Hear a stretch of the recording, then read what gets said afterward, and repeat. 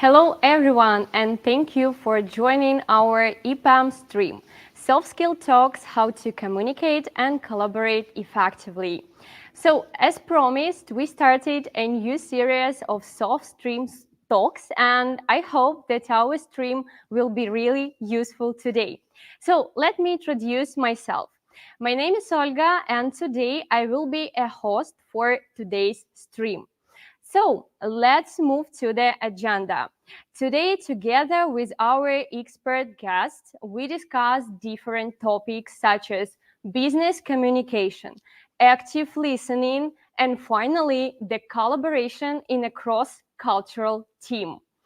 For those who have just joined our stream, I want to remind that you are at EPAM stream, Soft Skill Talks, How to Communicate and Collaborate Effectively.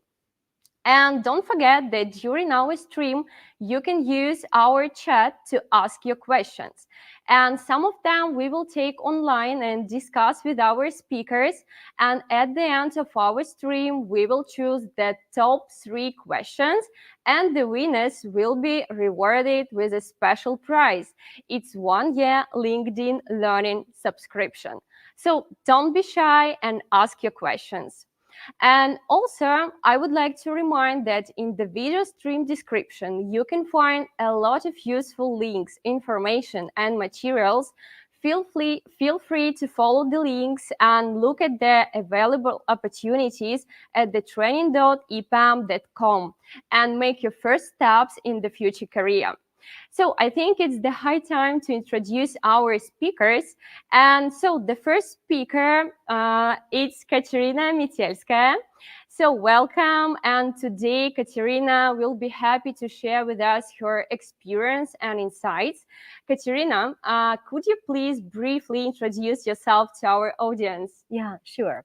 So first, hi everyone. I'm really glad to be here. So, I feel a little bit worried about all this online experience on YouTube. But on the other hand, I will try to do everything possible to be really helpful. So, and talking about myself, I've been with EPAM for more than 9 years already.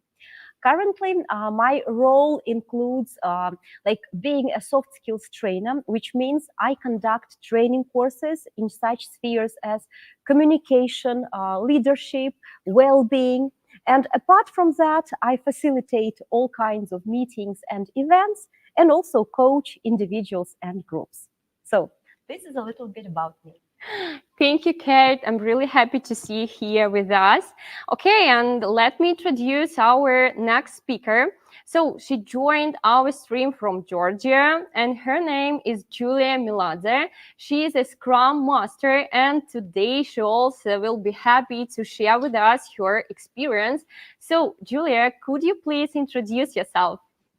Hey everyone, I'm thrilled to be on this live stream. I'm Scrum Master at EPAM for more than 2 years, and I will gladly share with you my experience of working with multicultural teams.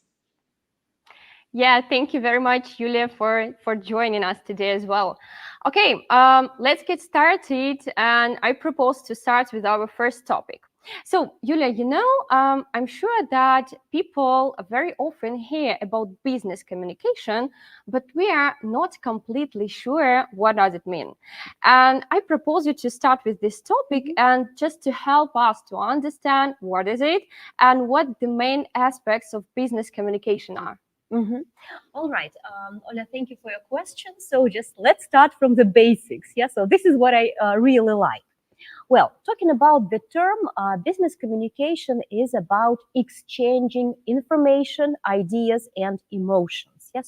And in this respect, it seems to me that the most important for us as speakers, listeners, and also it seems to me for all the audience is to understand what are the goals of business communication. So, and here, like if you wanted to take some notes, so just I believe now it's time to take your pens and like put them down. Well, goal number one, it's important to achieve business goals. So because everything is going on in the professional setting, and without like reaching business goals, like it's kind of useless. So, and the second goal, which is like as important as the first one, is definitely maintaining professional relationships, like diplomatic relationships with colleagues, partners, customers, clients, like whoever. Well, probably you will ask why, like relationships are so important in business communication.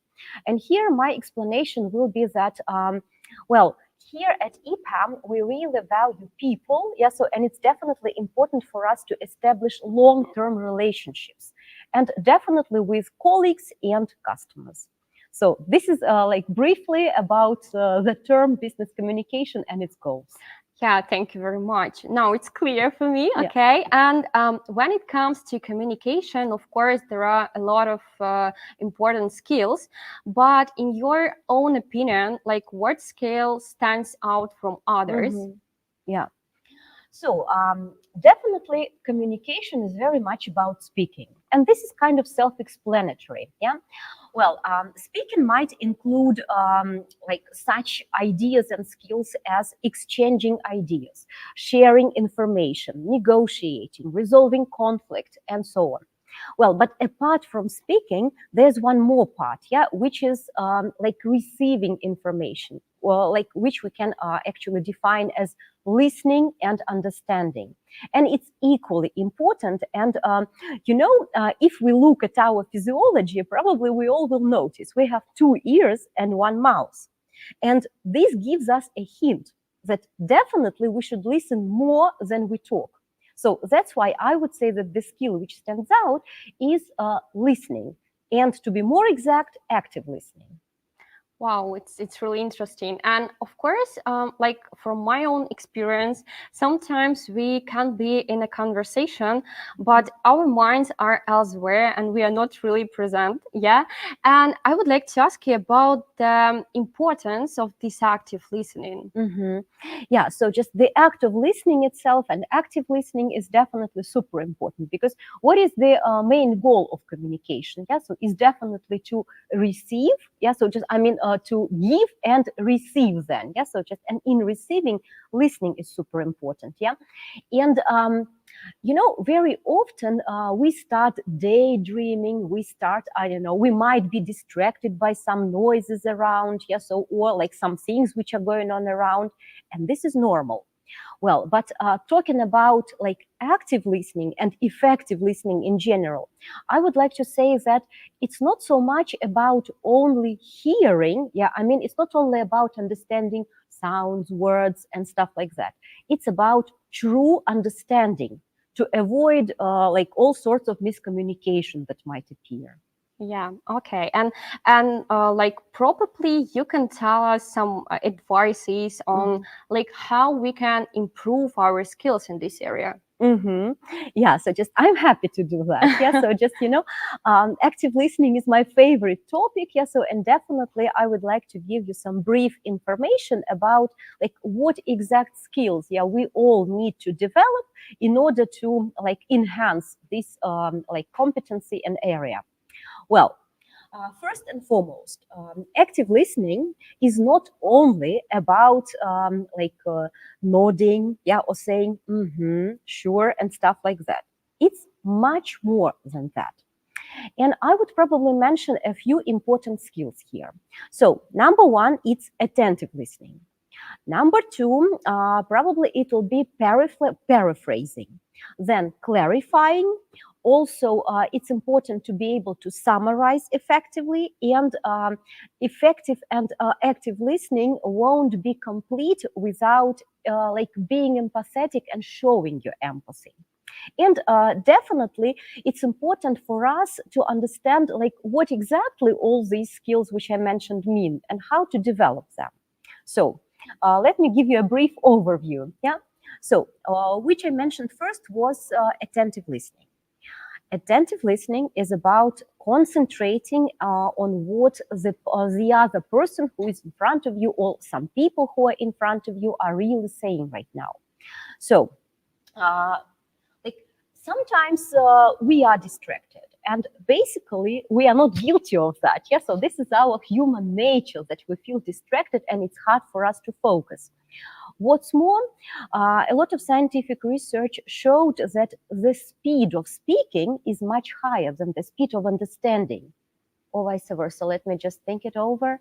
Yeah, so, sorry, the speed of speaking, yeah, is slower than the speed of understanding. And that's why we actually can like watch some YouTube videos, for example, double speed, right? Or while listening to someone, we might start thinking about our future vacation, about our kids, yeah, about like the tasks we need to do on the project, like whatever. So this is natural, well, but at the same time, we really need this attention if we want to understand better. Well, and we need to be very attentive and focused not only on what people are basically saying, but also on like how they behave. So in communication, we call it non-verbal cues. Yeah, so just we need to pay attention to non-verbal behavior, like voice, the tone of voice, the speed of voice, etc., and also at different kinds of gestures. Yeah, so which is also part of non-verbal communication.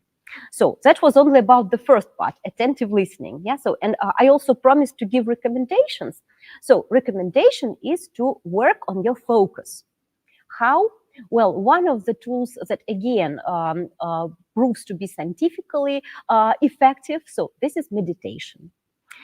Well, that was about the first one. Then I mentioned paraphrasing. And here I believe it's important not to mix paraphrasing and parroting.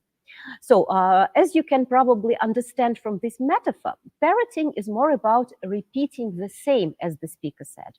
Well, but paraphrasing is a little bit more difficult because you need to find the synonyms to express the same idea as your partner has just expressed. And like my recommendation here is to work on your vocabulary, extending your vocabulary, and also like being really focused, because you need to remember what was the idea and then paraphrase it in different words. Well, difficult, but possible. So apart from attentive listening and paraphrasing, so don't forget about clarifying. Clarifying is a lot about understanding these vague spots in the messages and asking questions to get more details about these like vague parts of information. Well, and basically, again, my recommendation is to develop attentive listening to understand what needs to be clarified, and then using the art of asking questions, which is basically about different types of questions that you can ask. Well, I've already mentioned 3. Number 4 is summarizing. Summarizing is essential at the end of any conversation, because otherwise, how can you be sure that like all individuals who are in the conversation are aligned and understood everything the way that you wanted to convey this information? So thus, paraphrase at the end of the conversation as a must. And probably it's also a very good idea to like summarize at some important milestones. Yeah, for example, after each part of the important conversation. Well, last but not least is, of course, empathy. So showing your empathy and being able to express it in different ways, again, verbally and non-verbally, is essential, because it creates the necessary atmosphere, like the relevant atmosphere, sometimes friendly atmosphere, sometimes supporting, or whatever is necessary, really. Well, and again, talking about empathy, remember that you can actually develop it by learning different kinds of encouraging phrases, like sure, well, interesting, really. So, and also it's important to express it non-verbally. Like sometimes you need to to say nothing, well, but just to nod. Yeah. And sometimes with your facial expression, you need to show that you understand like heart feelings of the person right now. And then like you express it with your facial expressions. Or sometimes you need to show that you're also happy for the success of the person. And then you just again, express it with certain nonverbal cues. Well, basically, probably there are much more to that. Well, but these 5 ingredients, I believe, are the most important, and I hope that the recommendations I've just made will be helpful. Yeah, thank you very much. Okay, we have some questions from the online audience. Thank you, by the way, for asking. So, what tips in communication can help us to build the trustful partnership with client? My favorite question about trust. Yeah, so just great. So thank you very much for asking this. Yeah, and well, probably I can give you a few hints here. Yeah, so first, remember that even though we are like within business settings, it's important to be able to socialize. So learn the basic rules of small talk. Small talk, this is this conversation which we sometimes call talk about nothing and everything at the same time. And like as soon as we work in cross-cultural teams, most of the time right now, definitely you need to remember some cultural aspects of those people who you are dealing with. Also remember about some personality aspects that might affect. Remember to learn some open questions. Yeah, so just, and if you think that the question about the weather is something too general, well, people, so my advice is just it's better to ask about the weather than to avoid making small talk at all. Well, thus I mentioned socializing and small talk as part of networking and like starting a conversation. What else can help to build rapport? So and trust. Definitely, it's the way you convey your messages so that people understand why you are asking them this question right now, or why you are requesting this, or why you are saying this. So thus, probably it's a good idea to mention two things: what you want, for example, and don't forget to add why you want it. For example, if this is a typical situation at work when you need feedback from someone, yeah, so don't just say, oh, could you please send me your feedback as soon as possible, but add up that since it's really important for me to get your point of view just for my future, for example, career growth. Yeah. Thank you. Thank you very much. Yeah, you're welcome. Okay, so and in general, asking the questions can be a really powerful tool, especially in communication for problem solving as well. And I would like to ask you about the importance of asking questions in general, especially in a professional setting. Sure. So the art of asking questions is really interesting. Yeah. So just and I would like to have the next like 5 hours probably to give you more information about this. Yeah. So, but understanding the time limit, probably I will highlight the following areas. So, colleagues, remember, and those who are watching us, remember that there are different types of questions. Yeah. So probably I can mention 3 most common ones: alternative questions, closed questions, and open questions. All of them are important depending on the goal, like why we are asking this question. And definitely, we need to understand in which context questions are very important. And here I should mention small talk as part of business conversation.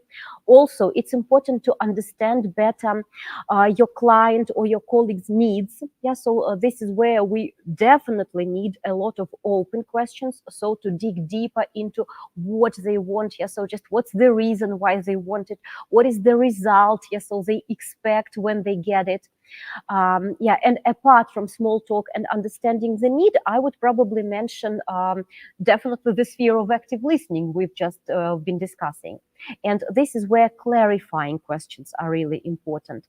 And again, just to give you some examples of such questions, probably you can start like, all right, I've just heard you saying this. Could you explain a bit more what you mean by it? Or, for example, the customer says, I need it fast. And as a clarifying question, you can say, okay, what exactly do you mean by fast? Yeah, so, or in general, you can start very politely with I wonder. Like, okay, I wonder what else you can tell me about the requirements which are important for you. So, these are the areas which are super important. And last but not least, I would like to highlight the questions serve as the most probably effective tool of making polite statements, when you need to doubt or disagree with something. So just compare. If you say, I'm not sure that this is a good idea. Yeah, so just that might sound a bit offensive. Yeah, so just and not really pleasant. On the other hand, if you turn your doubt into a question like, this is really a new idea for me. So could you tell me more about it? And immediately, so just you project a lot of acceptance, yeah, so and interest, and the person doesn't feel this defense and doesn't want, to stop the conversation, but wants to continue. And then what might have occurred as a kind of conflict continues as the negotiations and dialogue.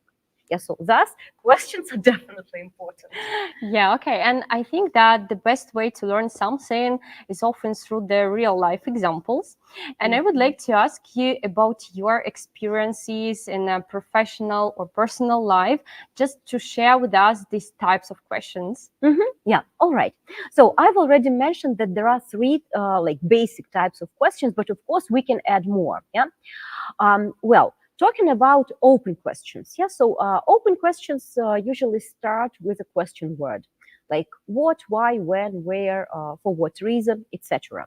So, and these questions are especially important when you need to understand more details about someone's need, or when you want, for example, to help some person to open up in small talk, as I've already mentioned previously. Well, apart from open questions, alternative questions are also important. And definitely, I don't want to discriminate alternative and closed questions, saying that they are, for example, less important than open questions. So that's why let me give you an example where they might be very appropriate. So alternative questions and closed questions are important when you want to confirm something. For example, if you have just two alternatives from which the colleague or the partner can choose, you definitely say, all right, which option sounds better to you, A or B? This is an alternative question. So with or. And closed question is basically one of the important tools in active listening. For example, after paraphrasing, you can say, is that correct? Did I understand you right? Yeah, so just you see, all types of questions are important, and definitely they have their goals and context. Well, and in general, apart from all these types, always remember about the effect that your questions make on the other side. Yeah. Just let's imagine a situation that your colleague, or for example, anyone is given a presentation. And while giving the presentation, this person showed some statistics. You looked at these numbers and you realized that they look really strange, and you kind of disagree with them. Yeah? So definitely we might be very straightforward saying, are these numbers correct? Well, on the one hand, this is a question, yeah? And as I mentioned, questions sound more polite than statements. Yes, that's true. On the other hand, this question might be interpreted as a bit offensive. Why? Because when people hear, are you sure? So they might think that, oh, this person who's asking me this question isn't really, doesn't really believes in my competences. Yeah. Well, that's why instead of this open, straightforward question, you can use a more polite one, a more open question, asking, I wonder what's the source of these numbers. Yeah. So, or for example, these numbers sound really, or these numbers look really interesting to me. Where or what's the source of this information? Yeah. So you see, questions are important, yes. So, but still, before asking any question, think not only about the type and the purpose, but also about this effect, emotional effect the question might have on your partner. Yeah, thank you very much. It was really great. Okay, I think we can just read aloud the question from our audience as well. So, what is the best conflict resolution practice would you recommend when you faced kind of resistance from your customer? Mhm. All right. Again, I see that you like asking questions about customers. Yes. So, well, but definitely there might be different solutions to that, and there are a lot of theories how you can best like start such kind of negotiations and conflict resolving strategies. Yeah. For me, the most important point is not to judge at first. Yeah, so just avoid this judgmental approach, saying like, oh, like they might be manipulating. Yeah, so or they want something from me that I can't give. Yeah, so or they want some conflict. So start with open mind. Yeah, so just and the best question is the question that you ask yourself. So this question might sound like this. Okay, what is the positive intention this customer, this client might have in mind when asking this or when saying this? So, and this will give you a lot of room for thought to think like about this situation from their shoes. Yeah, so that's why, like again, summarizing, I would say no judgment, but asking. Yeah, so just ask yourself, and then based on what your answers might be, you can definitely ask very positive questions about what they really need when saying or asking this. Yeah, so and this is basically the point to avoid conflicts. Yeah, thank you very much. Yeah. Okay, and I have one more. On what stage of conversation the milestones are to be added and being used in summarizing? Uh-huh. Okay. Usually, when we prepare a kind of speech, yes, or a kind of meeting with others, yes, so just we have our agenda. And basically, each point of the agenda might be a so-called milestone, yes, so where the conversation needs to be, let's say, stopped for a moment, yes, so and like summarized. Yes, so I would say wrap up after each important point. Yeah, so like for example, a point on the agenda. Yeah, it's excellent. Okay, Mhm. and the last one, I think, how communicate with toxic teammate who uses phrases like "it's easy," "couldn't you figure it out on your own," "how did you even get hired on this project?" All right. Yes. So just I do hope that these are the examples from not from EPAM. Yes. So just because here we really value people and we teach people how actually to act with integrity and with a lot of respect. Yes. So just we value people, and this is basically what's like projected at all levels of our organization. So well, but still answering your question. First, ask yourself. Like what you can do to help this person reformulate this like phrase like you know my personal probably favorite here is the technique of non-violent communication of Marshall Rosenberg. Yeah, so and by the way like I have some talent to foresee things, I believe. Yeah, so and I've included the book. Yeah, so just in the recommendations, so please look through the book or find some videos where Marshall Rosenberg like gives the essence of this theory. Well, but in short, this is what you need to do. When you hear the phrase like this from your colleague, so just in your mind translate this phrase to like respectful language, saying something like, okay, did you mean, and then you just let's probably take an example. For example, what was one of the phrases? Okay, one of them. Couldn't you figure it out on your own? Or Yeah, yeah, couldn't you let's figure stop. it out on your own? Yeah, so just you translate, couldn't you figure out? Yeah, so you try to translate it into something positive. So what is positive? This person needs some solution that you make on your own. Yeah, so just and then translate it into a kind of positive question, saying, all right, so thank you very much for your feedback. As I understood, you really want me to make decisions myself. Is that so? Yeah, so well, basically, this is one of the techniques that you can always use, and not only in business, and not only while talking with so-called toxic people. Yeah, so but this is a general nice strategy to translate any kind of, I don't know, aggressive or any kind of comment which sounds as an objection, so to something positive. And again, why? To continue a constructive dialogue. Yeah. Well, So people start with yourself. Yeah, so just help these people to reformulate their ideas in a more positive tone. Yeah, thank you for a great answer. Okay, I propose you just to move on and start with our collaboration in a cross-cultural team. And as from my point of view, working for a large company can be a really nice experience and rewarding experience, but rather challenging, especially when you're working in a cross-cultural team. And as someone who has experience in this area, can you share with us some insights into some of the potential pitfalls that people may face when they are working in a large company? Yeah, so again, this is a wonderful question, especially understanding like our real situation here at EPAM, for example.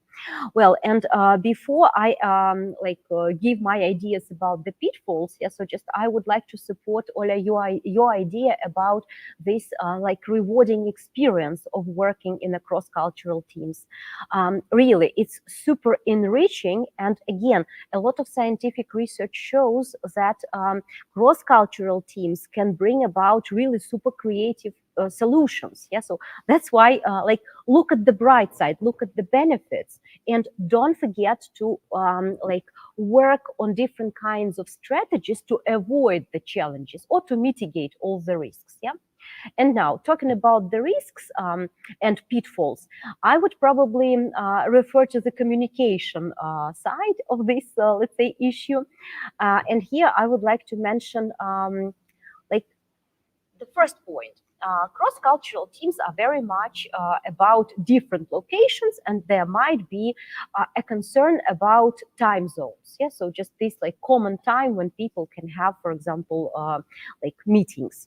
So thus, my recommendation is to look at all the options of channels of communication. And again, I will give you some interesting terms. Communication might be synchronous and asynchronous. Yeah, so that's why probably cross-cultural teams will definitely need a lot of tools of asynchronous communication, which means when people are not together at the same time, but still they might be using some collaborative tools where they can work together, even being in different time zones. Yeah, so this is one of the challenge and basically the solution. Yeah, so optimize the channels of communication. And the second probably pitfall might be definitely language barriers. Yeah, so and it's not only about like the fact that we all might be using different languages of communication. It's all, even if we all use English as the let's say language of business. Yeah, so still there might be different accents. Yeah, so there might be different like cultural peculiarities that need to be taken into consideration. Yeah, so just that's why definitely use small talk. Yeah, so just to train your ears to new accents. Yeah, so just especially if you have a few different meetings a day with different people from different locations and thus different accents. And second, talking about the cultural component. Definitely, we all need to remember that there's a lot of information, yeah, so that you can read beforehand, yeah, so just and take into consideration to show more respect to colleagues and avoid being offensive by your like verbal and non-verbal communication. Yeah, Kate, thank you very much. you're Your welcome. tips and insights, it's really great. So, and in general, I think that the theme of collaboration is really deep, and it would be interesting to dive even deeper and to listen to some insights and experiences of our second speaker. And so, Julia, I would like to just ask you one question about the communication. And I know that communication is, of course, an essential part of our life. And could you give us an overview of different types of communication that exist? Yes, sure. Hello, everyone. Once again, please write in the comment section if you hear me well. So regarding the communication, so whenever you work in a multicultural environment, it's very important to be aware of different communication styles and address your colleagues according to those rules. And sometimes even you might need to act as a liaison whenever your colleagues from different cultural backgrounds have a misunderstanding. So every culture nurtures its own communication style, which can be speaking patterns, also nonverbal communication, such as some of the gestures, facial expressions, body language. So for example, there are indirect or so-called high context cultures that rely mostly on non-verbal cues. Their communication style is indirect. They will just rely on others to figure out what they actually meant. And there are direct cultures, so-called low context one. Direct cultures rely mostly on words. They value being direct and clear. And we have situations when people from these two cultures have to interact with each other. So both of them think that they are polite and they are effective. But both of them have different views of point. For example, direct cultures get frustrated whenever they face indirectness, especially if someone from indirect culture says yes when they actually meant no. At the same way that indirect cultures take this, how to say, directness as rudeness. They just try to save the relationship by not being confrontational. So the tip here is to listen to the whole conversation fully. If you are a representative of indirect culture communicating with the direct people, suspend your initial reaction that this person you're talking to is being rude and listen to the whole message. And if you are a direct person talking to your colleague from with more indirect background, do not assume that the first thing you hear is the answer. So pay more attention to the patterns of your conversation. Sometimes the answer is hidden there.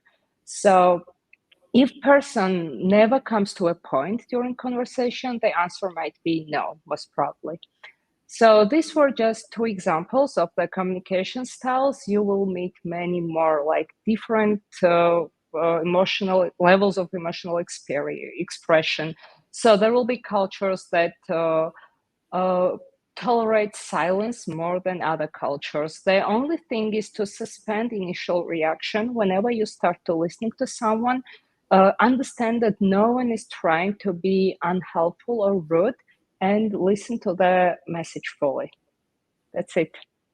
Yeah, thank you very much. So, and working in a team with diverse cultural backgrounds as well, it can be a rewarding experience, but rather challenging. And we would appreciate your advice on how to work with these diverse cultural teams and overcome the challenges. Yeah, I think in this case, it's like 100% depends on our mindset that we bring to the workplace. Of course, all the people are different, and if we get constantly frustrated that the things are not happening the way we were used to, we might, most probably, we won't enjoy the experience of working with a multicultural team.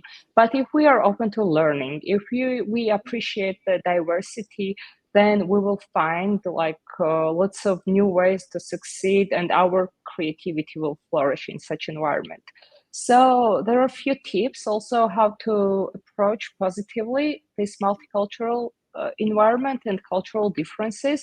So first thing is to understand that whatever you observe about another culture is actually observation about yourself as well. So if you think that someone is emotionally very expressive, that says about you that you come from a culture that is more neutral.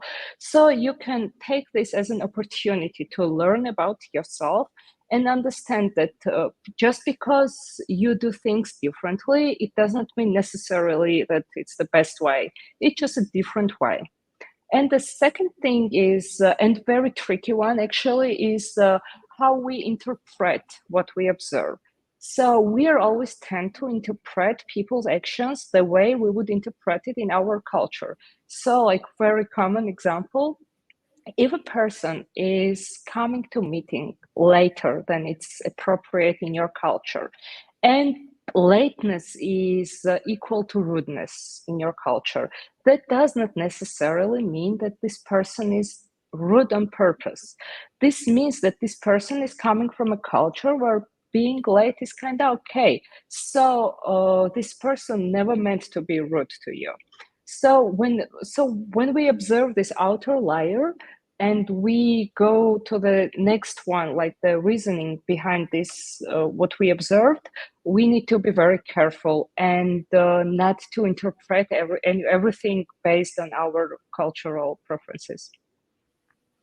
Yeah, it's really interesting. So, and as we mentioned with Kate before, language barriers, they as well can be some challenge when working in a team with the people of different language backgrounds. And what tips or strategies can you recommend or to overcome these language barriers in a team? Yeah, of course. And yes, the first thing we do, like, of course, is to choose the common language, the one that every teammate speaks. But there are some more obstacles that need to be removed after we establish like communication language that is more or less comfortable for everyone. The first thing is it should be normal to ask someone to repeat. People often feel embarrassed to ask someone to repeat, and if someone is asking them to repeat, also it's sometimes not comfortable for them.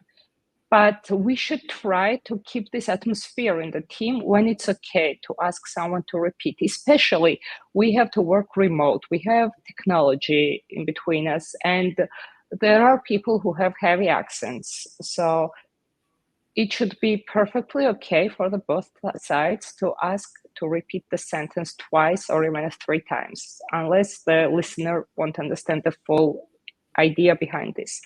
And the second tip is that we should give each other time to prepare, because whenever we are speaking on our native language, it's very easy to express our thoughts.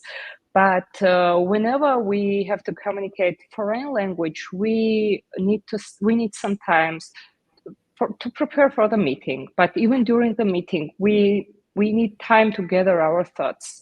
So if you see that your colleague is making pauses during the meeting, if you see that they have trouble of gathering thoughts, just give them time and space. Do not talk over them or do not interrupt them. This will help them in the future to learn the language more fluently, become more confident, and of course, this will help to flourish the trust and like respect in your team. Okay, and what about the attitude to different cultures in a team? Yeah, we talked a lot about the cultural differences. I have just a short comment that we should be aware of the cultural differences, but there's a very fine line of being aware of it and relying on the stereotypes.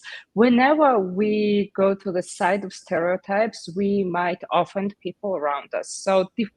And of course, it doesn't matter from which cultural background we are coming and what was our upbringing. We are all different individuals. So it's very important to know each and every your teammate, to check in with your colleagues, get acquainted with them very well, and respect them as individuals, not as a part of some particular culture only. Yeah, I'm absolutely agree with you. So, and now I'm as well absolutely sure that in our globalized world, it's extremely important to understand these diverse cultural backgrounds. And probably I would like to ask again for your advice about like some successful team collaboration and what should we do particularly in a current reality of remote work for this successful collaboration? Yeah. So Katsiaryna also touched this point as well, so I will add some topics to it. So working remotely is a new normal now, and we need to adapt our soft skills to the reality when we rarely get face to face, like almost never sometimes. Yes, so things that were happening by itself before, like in the office, like we were having coffee together, we were just having small talk over water dispenser, or sometimes socializing in the evening. That was forming kind of trust between colleagues, and that was it was easier to have a rapport and sense of empathy. And now we have to be intentional, like intentional in building trust, intentional in practicing empathy. This won't happen by itself. So we what is like in this reality of remote working, like everyone's calendars are super busy, so we are scheduling formal meetings month before. Sometimes we have like agenda and expected outcomes, so it's very hard to leave a place to the communication when it's like empathy is formed, for example, or trust is nurtured. So for that, we have informal communication, and we should make it intentional as well. So easiest way is like having coffee over the video with a colleague. It can be even unplanned, especially if we work from home. We all make breaks time after time, so we can just totally unplanned call a colleague and have coffee together. And also, it's very common to have planned spontaneous conversations. So, for example, with my teams, we have this every week. We meet, we have this scheduled time in calendar, but it's all for informal conversation. So it's very easy to find like common touch points, like form team spirit, and get to know each other better when you have this kind of meetings. And I will add one more point that yeah, technology is like helping us in this remote environment, and the studies show that video conferences are almost as effective as face-to-face ones. But we should not force our colleagues to turn on the cameras if they are not feeling comfortable. And we should also not forget the power of text communication, especially if someone has a language barrier or uh, is a bit shy, maybe. So this text communication also helps to overcome some cultural barriers and misunderstandings as well. Yeah. So yeah, that's it. Thank you very much for your useful tips and recommendations. And we have the question from our audience. So, what type of communication activities provides a multicultural team with a positive and effective communicative environment? So, for that, like, of course, like if the team is new and people do not know each other yet, this kind of like informal communication meeting might not work. So everyone might sit silently there. So there are lots of approaches, lots of techniques to facilitate such kind of interaction. There are lots of games and icebreakers when people start to like introduce themselves to each other. So this helps to like break ice, and then it becomes more and more less formal. For Yeah, example, like there is one game when people put some photos, like there's a questionnaire and they put photos, and in my team, the two team members discovered that they are from the same city. Like they worked together for 2 years, and they discovered for the first time that they are originally from the same city. Yeah, it's really interesting. Thank you. And we have one more. Iulia, when it comes to software development methodologies, how can teams effectively estimate project timelines and resource requirements to ensure accurate planning and delivery? Wow. Sounds very professional. Yeah. That's quite an extensive question. So there are a bunch of methods, like there are a bunch of project management methodologies, and there are a bunch of estimation techniques. So there are like absolute estimation when teams are tend to estimate their work in units like man day or day, hour, or thing or such absolute units.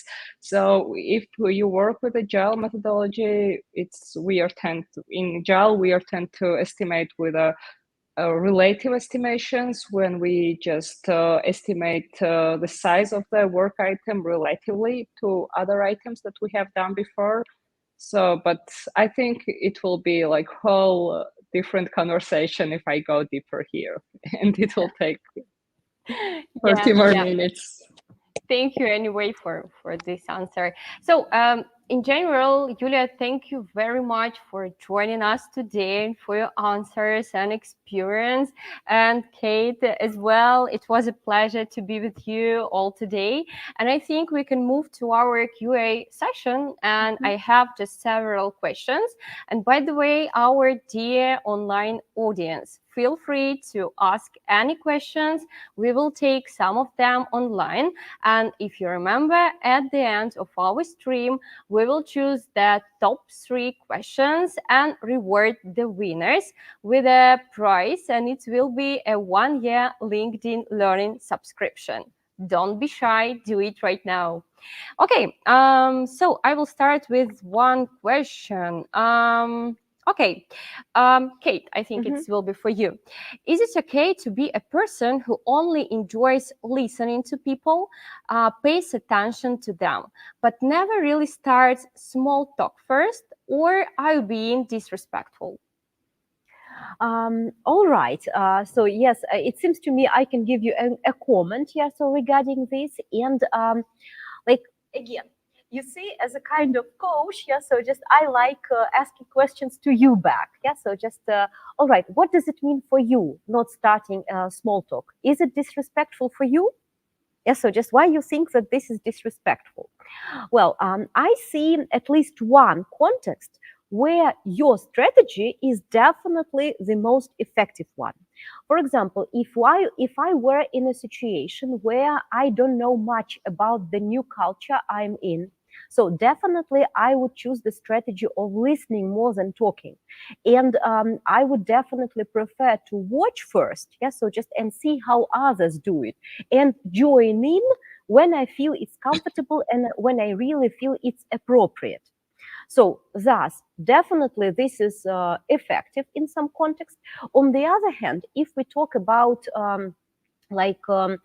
such cultures as American culture, let's say, yeah. So this is where only listening is probably not the best strategy, yeah. So just because when people ask you and you are silent or you give very short answers, this might be really interpreted as the way to avoid conversation, yeah. So just and you might and this behavior might be interpreted as well, if not disrespect, then at least there will be questions to you. So my practical advice will be the following. When people ask you something, never give short answers. So add up a kind of additional part. For example, they ask you, do you like football or whatever? You can say yes. And then you add up a detail, like something interesting about this, or an explanation. So, and remember, again, from the linguistic point of view, you can use different kinds of linking structures or linking words. Like, for example, let me give you now an example. Yeah, so someone asks you, so do you like football? You say, yes. For example, last weekend, we watched a nice game on TV with the family. So you see, you didn't just give a very short answer and stop the conversation, but you gave a nice detail about yourself. So which is definitely about showing your respect to the speaker, and this is definitely helps the speaker to continue the conversation with you. Yeah, so that's why learn the strategies. Yeah, so one of them you already know, and just there's no silver bullet. Yeah, so thus choose the behavior which is more appropriate for the context you are in. Yeah. Thank you very much. Okay, and I think that the next question I would like to ask Iulia. So how can a junior overcome the barrier of communication when included in an established team? Yeah, so I think there should be like help. I don't think like only one person can overcome if like established team is not accepting them. So it's like two-way job. The thing is like in every situation, like for me, the tip is like whenever you feel uncomfortable or you don't like some attitude towards you, just don't take things personally. That helps very much. And just ask questions and be more relaxed. Like don't take things personally. If you don't like how someone uh, addressed you or how someone answered your question, just do not think that they did that because they don't like you or because they do not accept you to their team.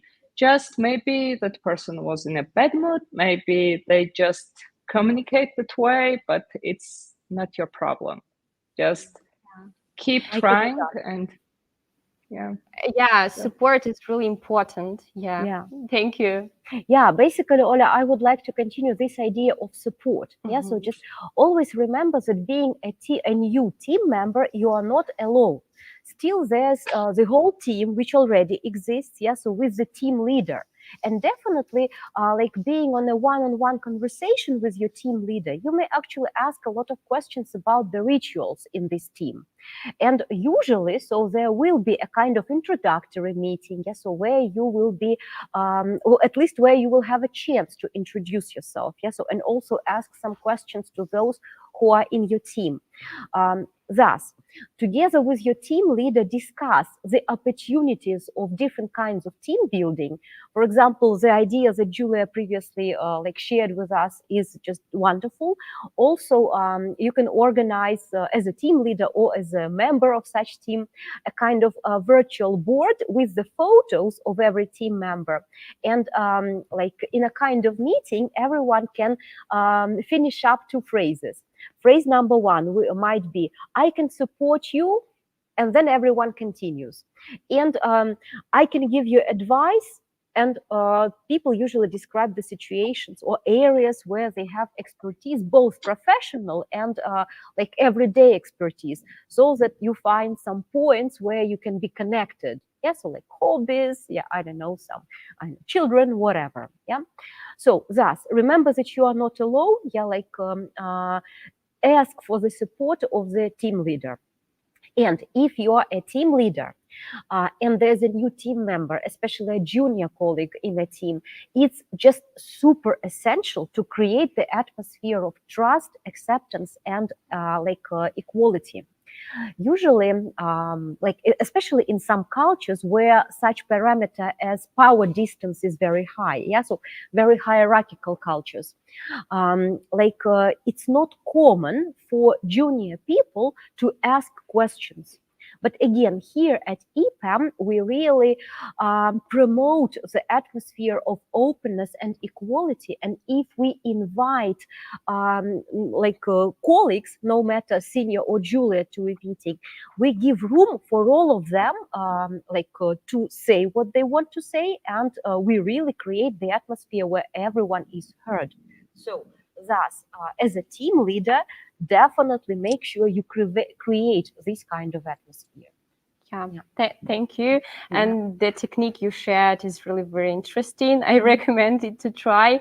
And so do not be afraid. And so one more question, Kate, I think it will be for you. How to communicate effectively if you are an introvert person? How to use the introversion as a strength, and how to still effectively communicate your ideas and be active? Great. I love this question because, a lot of people like different kinds of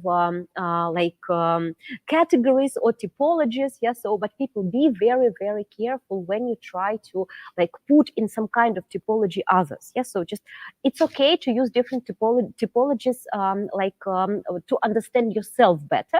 And this is great that I hear this in this question. You ask about yourself. Great. So, my recommendation.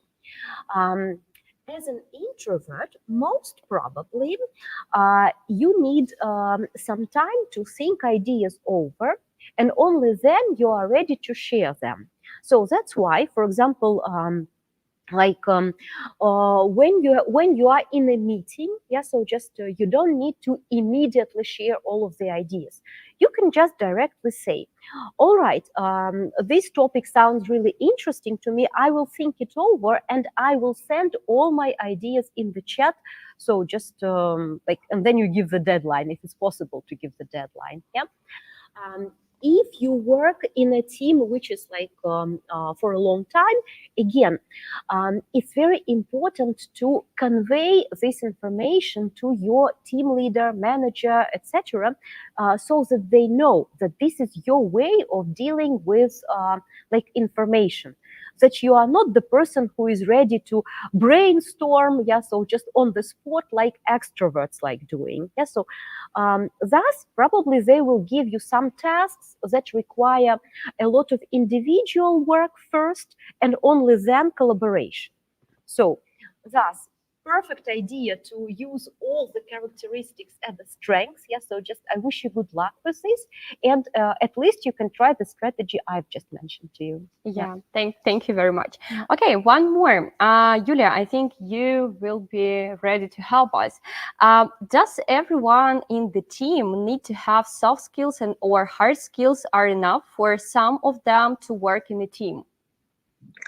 So, I wouldn't say that like there is a same set of the soft skill that everyone should have, but there's a thing that's called team fit. So person either fits into the team culture, either not, and team culture always different. And also like sometimes if the team culture is very quiet, sometimes it's better to have someone new addition to the team who is like more communicative. So it's not about the having same people, same kind of people in the team with same soft skills. That what wouldn't be interesting, I think. It's about having the right mix of the people who work together and communicate without conflicts. Okay, yeah, thank you very much. So Kate, I think I will ask you. By the way, thank you very much. There are a lot of questions and they are really interesting. I think it will be hard to choose the top three. Okay, let's continue. And how do crisis communication plans and strategies work, and why are they essential for businesses? So crisis communication plans. Yeah. So it seems to me that like I won't give you a very definite answer right now. Yeah. So just, but I believe that any kind of planning helps us feel more certain in this situation of uncertainty which is around right now. Yeah. So just it helps us understand that we know what to do if something happens. Yeah. So just planning is a great tool. Yeah. So just to calm ourselves down and be ready for something which might be unexpected. Yeah. So, but it doesn't mean that these crisis communication plans or whatever, so they really can be super used in the situation in the reality, I mean, because reality might be very different. Yeah. So yeah, and by the way, talking about today's world, yeah, so just there are a lot of concepts. Yeah, so just what is the world? Some people say it's VUCA worlds, others say it's Bunny world. Yeah, but the main characteristic is this uncertainty. Yeah, so just and like talking about soft skills and uncertainty, so probably I can give you an interesting hint here. Yeah, so just in order to be more, let's say, stress resilient, yeah, and ready to, let's say, somehow manage such situations, yeah, so just and live your good life here, yeah, so is like definitely empathy. Yeah, so just because empathy helps us show that we understand others. Yeah, so that we even those who are even in a worse situation right now. Yeah, so and also if our situation is better, still we don't let's say underestimate our own problems and states. Yeah, so empathy is super important, and also Julia mentioned empathy is one of the important factors, and in active listening empathy is important. So people,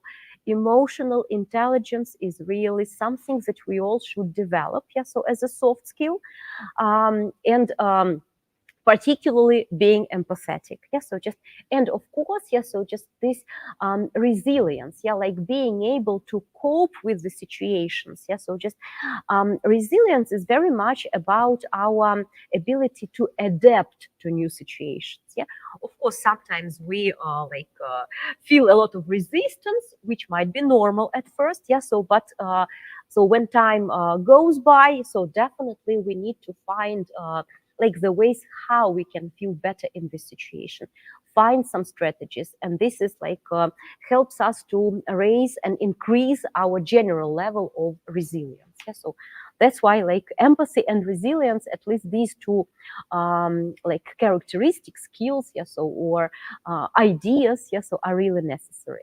Yeah, Yeah. thank you. And we have one more question directly to you. Mhm. So, Kate, from your experience, what would be mostly polite way to bring the conversation to an end if you are sure that conversation has gone on too long? Well, first, I would say that to avoid such a, well, what to do, let's say, to avoid it, what to do in this conversation, and what to do after. Yeah, so this is like the strategy I like using while reflecting on such things. Yeah, so what could have been done before the situation? Of course, planning. Yeah, so just real limits. Yeah, for example, if this is an hour meeting, you plan it as an hour meeting, and you mention in the beginning. So our meeting is for an hour today. Yeah, so just, and when 5 minutes before, you will hear the timer. Yeah, so just, which means we need to finish up. Yeah, so this is what you do before, what you do in the beginning of the meeting. Yeah, so just, and really when you hear the timer, you say, oh, you see, there's the timer, and I really appreciate the conversation which has happened right now, so that was fruitful. Then you take these 5 minutes to show the results of this conversation. So remember the skill of giving a summary, like this is crucial here. So remember that anytime you need to stop the conversation, do it in a very, very respectful way. Don't forget to say thank you, and don't forget to show what was achieved during this conversation. So because if you don't give this summary, so some people may leave this meeting or conversation very unsatisfied, thinking, oh, again, so just an hour of my time wasted. Yeah, so just to avoid this, summary with the results. Yeah, so, and then people understand that it wasn't useless, that you really have achieved some goals that you have planned in the beginning. Yeah, so, but just again, summarizing how to do it. Well, people respectfully, yeah, so just, and definitely say it. Yeah, so don't just, stop the video call and that's it. Yeah, oh, okay, and I mentioned what to do after. Yeah, so just probably after such kind of conversations, you can either better plan, yeah, so for example, longer meeting, or, yeah, so we don't like long meetings, so that's why probably the second part of my advice will be more appropriate, like fewer points on the agenda. Yeah, so just remember, some cultures, for example, need 25 minutes of small talk. Yeah, so, and if you don't take it into consideration and plan just a half an hour meeting, so what kind of business goals can you achieve here? Yeah, so just, this is unrealistic. So that's why more realistic planning. Yeah, so, and like learn from such experiences. Yeah, so of course such things can happen. Well, but react calmly, positively, and next time do it a bit differently. Yeah, thank you. Thank you very Mhm. much. And in general, I would like to say thank you to our speakers. I think it was really great, useful, priceless for our audience. And thank you very much, our audience, for joining us today as well. And I think that we tried to cover the most interesting and exciting questions. And so we just chose the top 5 questions because it was really hard to make a choice. The questions were really interesting. So the winners can find their names in the chat. So we shared with you this information. And if you remember, we will reward you with 1 year LinkedIn Learning subscription. So I think we can finish, and I hope it was really useful for you, our audience, and as well, thank you, Kate, thank you, Iulia, for joining us today. It was a great experience for me. And so I would like just to remind that if you remember in the video stream description, we offer a lot of useful links and useful materials, and you can just follow these links and look for available opportunities. And don't forget to register for our trainings at training.epam.com and make your first steps in the future career. So thank you very much. Have a great day and stay tuned for our upcoming events.